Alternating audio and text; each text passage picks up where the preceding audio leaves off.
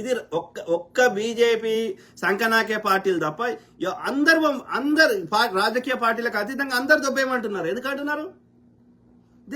అది ఒక్కటి ఇన్సిడెంట్ గురించి అది అది అది జరుగుతుంది. అది లీగల్ గా ఏం జరగాలన్నా జరుగుతుంది. అది ఆ దళితుని కొట్టిన విషయంలో దాని గురించి కాదు ఇక్కడ.